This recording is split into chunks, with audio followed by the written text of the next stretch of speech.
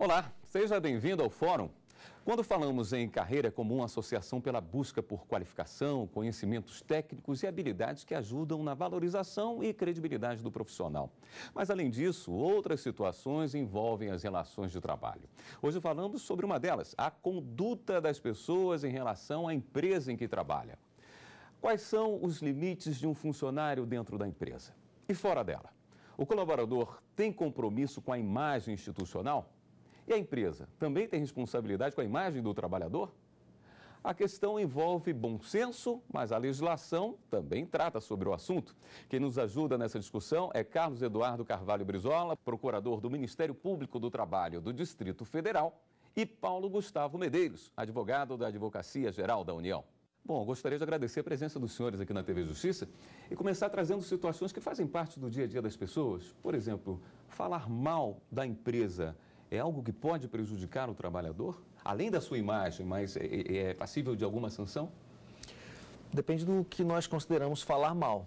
É lógico que críticas no ambiente de trabalho a chefes, ou a subordinados, fazem parte das relações de trabalho. Agora, ao mesmo tempo, é perfeitamente passível de punição e está capitulado na legislação trabalhista como uma falta passível de punição, denegrir a imagem do empregador, né? Isso o empregado não pode fazer. Agora, há situações em que você teria que avaliar essa expressão falar mal de uma maneira um pouco mais aprofundada, porque muitas vezes você pode estar simplesmente trazendo à tona uma situação que é verdadeira. Por exemplo, um produto da empresa que tem algum problema e o empregado está expondo ou criticando uma certa situação. Quer dizer, há a possibilidade de se estabelecer críticas a essa atuação da empresa sem que isso seja uma forma de denegrir a sua imagem. Isso é o que tem que ser avaliado para separar uma situação que vai numa natural crítica, numa natural relação de trabalho que faz parte nessa discussão sobre as relações de trabalho no âmbito da empresa, ou aquela situação em que você está simplesmente fazendo um ataque desarrazoado à imagem da empresa, o que é evidentemente passível de uma punição. E essas conversas hoje ganham uma outra dimensão quando, por exemplo, vão para as redes sociais, né?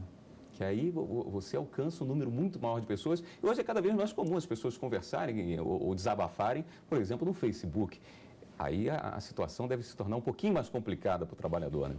Exatamente. Aqui, eu acho que o principal é a proporcionalidade. Acaba sendo o principal mecanismo para verificar o eventual abuso, se o empregado, o colaborador, está ou não denegrindo a imagem da empresa ou apenas apontando um determinado equívoco, um determinado erro daquela empresa, ou até mesmo, como bem você falou, um desabafo. Ou seja, às vezes a crítica não é exatamente à instituição, à empresa propriamente dita, mas sim, às vezes, à atividade do chefe diretamente ou eventualmente até uma irresignação por algo que tenha sido feito, por algum equívoco que tenha sido adotado, não exatamente pela empresa como instituição, mas individualmente pelo chefe, mas que ali está em nome da empresa, digamos assim. Faz alguma diferença falando da empresa ou você está falando de um funcionário da empresa, um chefe, por exemplo? Eventualmente pode até fazer. Eventualmente pode fazer. Por isso que entra a questão da proporcionalidade. Porque muitas vezes pode ser uma política da empresa, muitas vezes pode ser ele investido de uma política da empresa e aí, querendo ou não, vai resvalar e denegrir eventualmente a imagem da empresa, mas normalmente até pode ser algo isolado e aí não entra naquela capitulação de denegrir a imagem da empresa. E aí seria muito mais um desabafo e também depende até onde que vai essa crítica, né? Observando por um outro lado, a empresa pode expor algum colaborador por alguma atitude inadequada dele?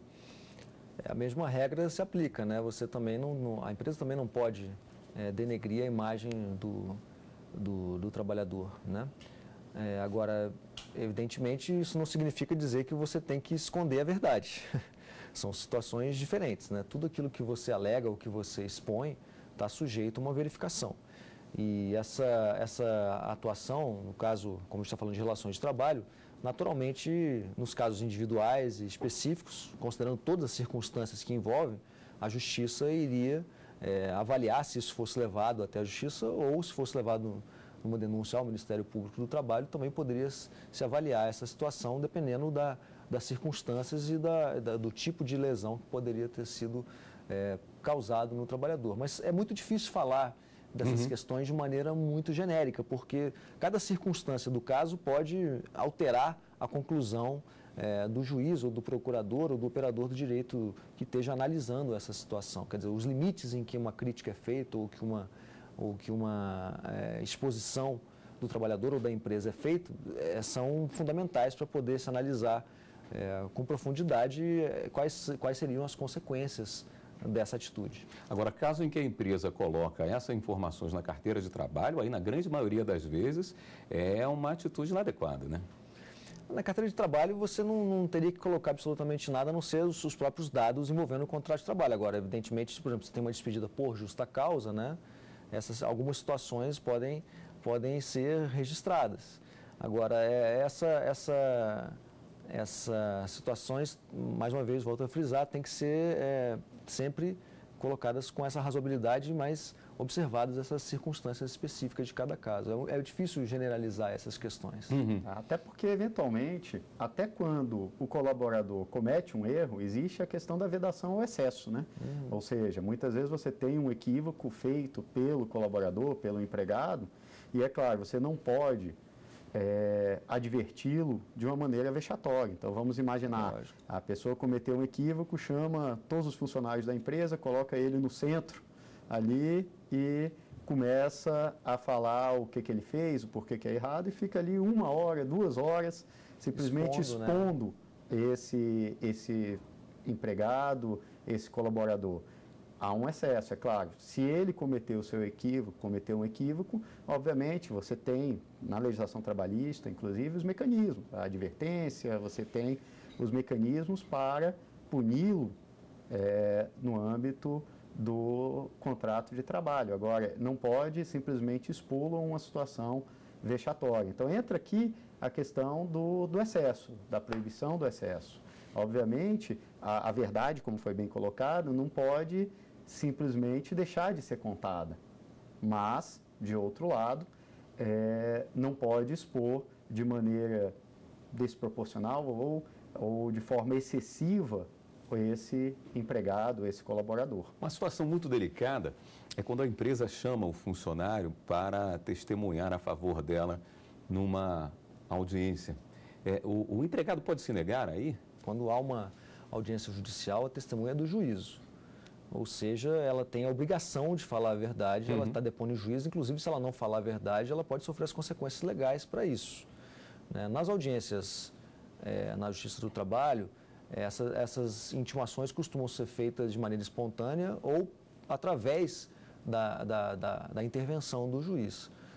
Seja num caso ou no outro, a testemunha sempre tem a obrigação de falar a verdade. Então, é um equívoco dizer que a testemunha está lá para defender A ou B, versão A ou B. Ela tem que falar aquilo que ela sabe, aquilo que ela efetivamente conhece.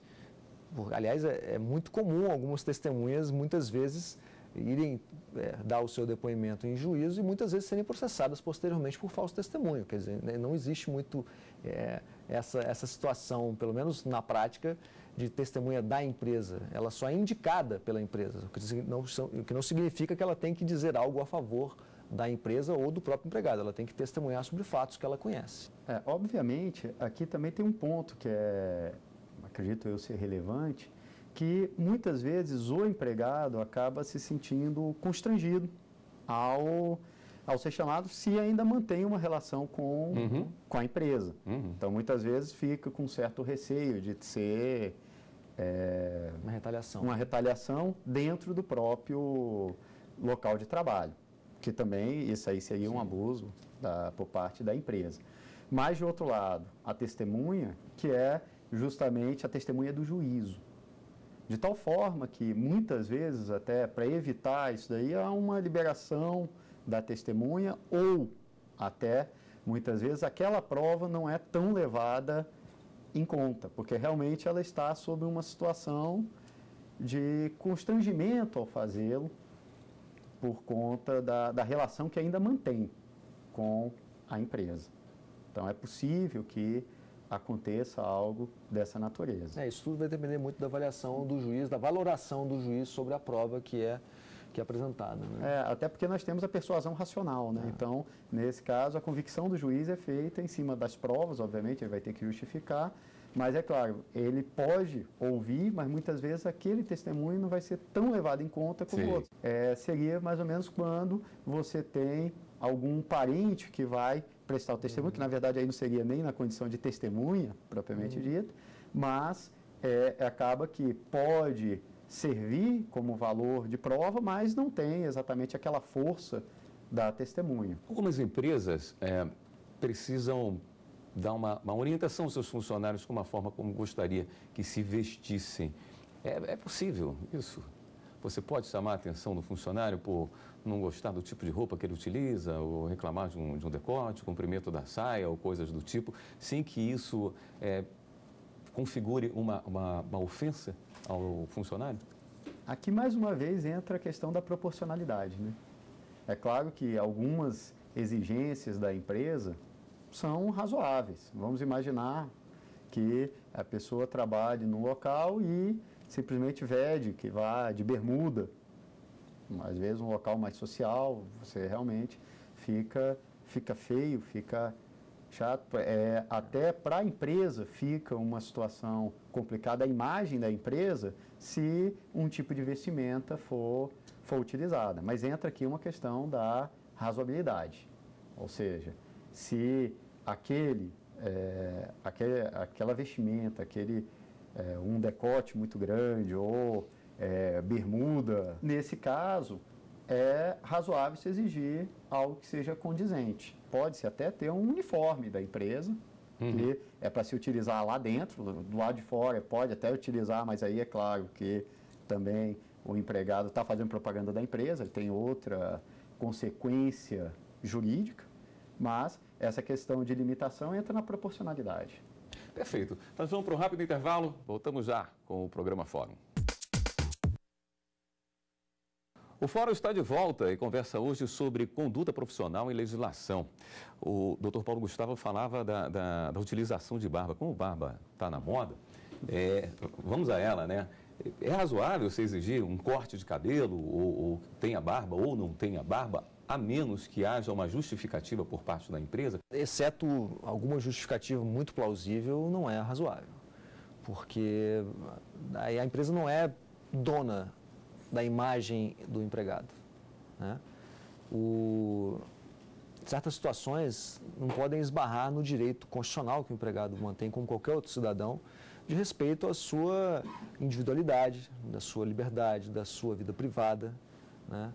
E a despeito de haver um código de conduta em relação a roupas, em relação ao mínimo de situações sociais em que se exige, essas questões de corte de cabelo, de barba, elas realmente costumam fugir da razoabilidade, né, que já foi tanto aqui muito bem colocado, e podem, inclusive, levar a ações do empregado contra a empresa ou até atuações do Ministério Público do Trabalho, que se essa situação for uma situação generalizada e no ambiente de trabalho, ela pode também demandar uma atuação do Ministério Público. Agora, evidentemente, vamos imaginar uma situação em que uma empregada trabalha numa fábrica, e para a própria segurança dela, ela não pode ter o cabelo muito comprido, porque o cabelo dela pode enganchar numa máquina, né? Aí seria uma situação diferente, você tem uma situação de segurança que se sobrepõe a essa questão da individualidade do empregado e que mereceria ser respeitado até para que ele possa ser preservado. Mas, genericamente falando, né, exceto circunstâncias mais específicas, né, acredito que essa questão da barba, do cabelo, não devem, o empregador não deve entrar nessa esfera privada da vida do empregado. Nessa mesma linha de raciocínio, os adereços religiosos também não poderiam ser proibidos? Entra aí a questão da ponderação de valores, né? A Constituição garante a liberdade religiosa, de tal sorte que, como regra, não haverá a possibilidade de se restringir essa liberdade religiosa. a menos que tenha também uma justificativa. Mas, como regra, não. Se a pessoa está lá, trabalha na sua escrivaninha, se quiser deixar ali um símbolo religioso que a pessoa professe, a pessoa tem direito. Aqui, como o nosso Estado é um Estado laico, nós podemos perfeitamente crer em qualquer religião, inclusive não ter religião nenhuma, naquilo que venha a afetar a própria relação de trabalho ou, eventualmente, você tenha uma relação que não dê para se colocar ou por uma questão de segurança ou até mesmo por uma questão da própria empresa, da atividade que venha a ser colocada, que aquilo dali não se possa se ter símbolos religiosos. Então, aí haveria, sim, uma justificativa. A postura do profissional fora da empresa, ela pode influenciar na forma como a empresa o trata? Ele pode ser punido por algo que ele fez na sua vida privada ou que faz de uma forma costumais, violência doméstica, utilização de drogas, bateu um carro enquanto estava utilizando, fez uso de álcool, esse tipo de coisa pode vir para dentro da empresa ou o que ele faz da porta para fora não interessa? Mais uma vez, é um pouco bem complexo isso, porque depende do caso. Vou citar um exemplo, essa questão da embriaguez. É uma questão bastante discutida nos tribunais do trabalho, porque recentemente, nos últimos anos, a embriaguez deixou de ser considerada uma coisa apenas social e passou a ser admitida como uma doença. Então, a própria CLT, né, a lei o Código, né, trabalhista, ele tem uma previsão de que uma embriaguez habitual pode, inclusive, ensejar a justa causa do contrato, né? Uma justa causa aplicada ao trabalhador. Mas essa situação tem sido, inclusive, minimizada pela jurisprudência, que, em alguns casos, passou a entender que a embriaguez habitual, desde que fora do trabalho, pode ser considerada uma doença, né? E não dar a justa causa à rescisão do contrato. Então, tudo que o trabalhador faz fora do trabalho repercute na empresa? Nem tudo. Mais uma vez, você tem que fazer uma análise um pouco mais específica do caso para entender se essa atuação tem uma ligação direta com a atividade da empresa e com a profissão, né? Não é todo caso em que a atuação dessa pessoa fora do ambiente de trabalho pode lhe causar problemas ou consequências no contrato de trabalho, mas também não é em qualquer caso em que isso está excluído dessa possibilidade. Nós temos um meio de caminho aí entre uma situação que a pessoa está atuando dentro da empresa ou que está fazendo na sua vida privada, que são as festas de fim de ano, as confraternizações, em que muitas vezes um profissional ou outro está de uma forma relacionada à empresa, né, porque é uma festa da empresa, mas está fora do seu ambiente de trabalho e pode ter uma atitude agressiva ou vexatória. Num caso como esse, ele pode sofrer algum tipo de punição? Eventualmente até pode, né? Mas é claro, aqui entra mais uma vez, acho que hoje acabou tocando muito nesse tópico, né, que é a proporcionalidade. Tanto do indivíduo em relação à empresa, como da empresa em relação ao indivíduo. Vamos imaginar uma brincadeira que a empresa faz com os seus funcionários, ou ainda uma atuação do empregado, do colaborador em relação por exemplo, a seu chefe. Ele bebe alguma coisa a mais, já como falou, até de embriaguez, e começa a ofender mesmo e, eventualmente, denegrir eventualmente, a empresa. Então, nesse caso, pode se refletir, sim, como o sentido inverso também pode ocorrer.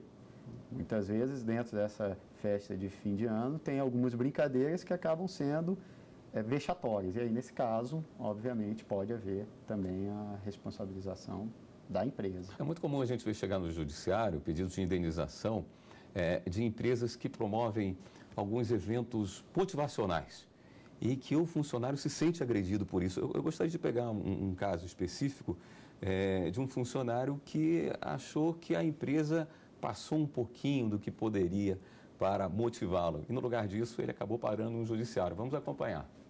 Uma empresa multinacional foi condenada a pagar uma indenização de R$18 mil a um funcionário.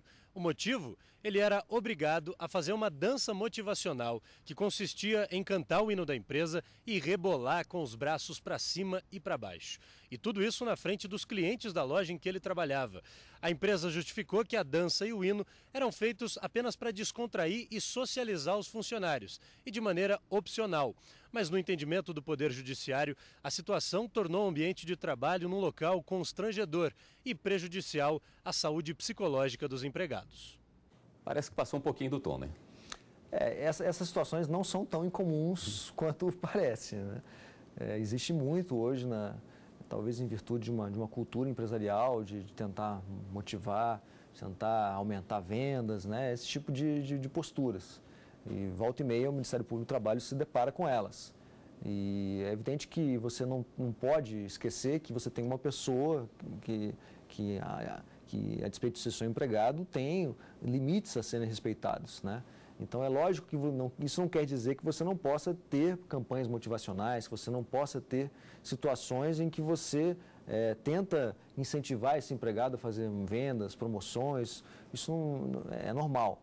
Mas o limite dessas danças, dessas campanhas motivacionais tem que ser algo muito bem medido, muito bem pensado, muito bem avaliado, sob pena de você estar afrontando, desrespeitando uma pessoa que está trabalhando com você. Afinal, você não é dono dessa pessoa, você simplesmente, ela trabalha contigo, trabalha para a empresa. Agora, um quadro expondo quem alcançou a meta, quem está em primeiro lugar na empresa, quem vendeu menos, isso aí não teria problema. Se você faz um ambiente de trabalho em que você está expondo aquela pessoa pelo fato dela não ter conseguido um desempenho X, se isso pode se tornar algo vexatório, dependendo da maneira em como é feita, aí sim. Isso também pode, dependendo do caso, gerar algum tipo de responsabilização da empresa. Evidentemente, isso tem que ser sempre feito com respeito à pessoa do empregado, né?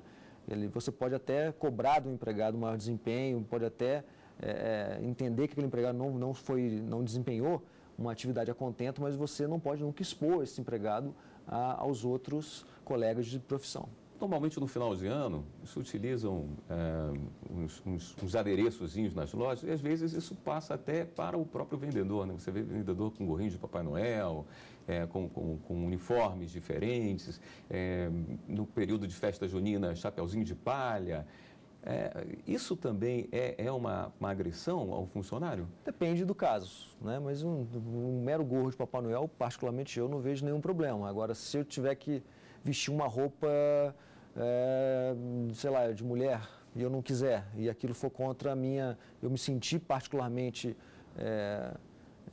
aviltado com aquela situação, isso Qual depende, o caminho mais fácil para o empregador não correr esse risco? Ele deve perguntar aos seus funcionários quem gostaria de usar? Acredito que sim. Perguntar, conversar e também ter um pouco de bom senso de tentar não expor esse empregado a uma situação, ver se realmente aquilo é necessário para poder executar aquela tarefa, porque a imagem do empregado pertence ao próprio empregado, né? Principalmente não expor o ridículo. Exatamente. Então, a pessoa usar um gorro de Papai Noel não está expondo exatamente ao ridículo, se for numa época natalina. Agora mesmo nós estamos chegando nessa época natalina, se colocar simplesmente um gorro de Papai Noel nessa situação, por exemplo, numa loja, é claro que o mesmo seria, vamos imaginar, se fosse uma empresa de advocacia para fazer uma sustentação oral, a pessoa ser obrigada a colocar um gorro ou algo do gênero. Aí você está expondo ao ridículo. Então, uma dica, digamos assim, para o empregador é justamente pensar se aquilo dali está expondo ou não o empregado ao ridículo. Então, algumas vestimentas podem sim expor o empregado ao ridículo. Então, nesse caso, há uma violação por parte do empregador. Bom, gostaria de agradecer a presença dos senhores aqui no programa Fórum. Infelizmente, o nosso programa está chegando ao final e conversamos hoje sobre conduta profissional e legislação. Quem nos ajudou na discussão foi Carlos Eduardo Carvalho Brizola, procurador do Ministério Público do Trabalho do Distrito Federal, e Paulo Gustavo Medeiros, advogado da Advocacia Geral da União. Se você quiser participar do nosso programa, você pode enviar sua sugestão para o e-mail forum@stf.jus.br. E você também pode rever esta e outras entrevistas no site. É só acessar tvjustiça.jus.br. Até o próximo programa.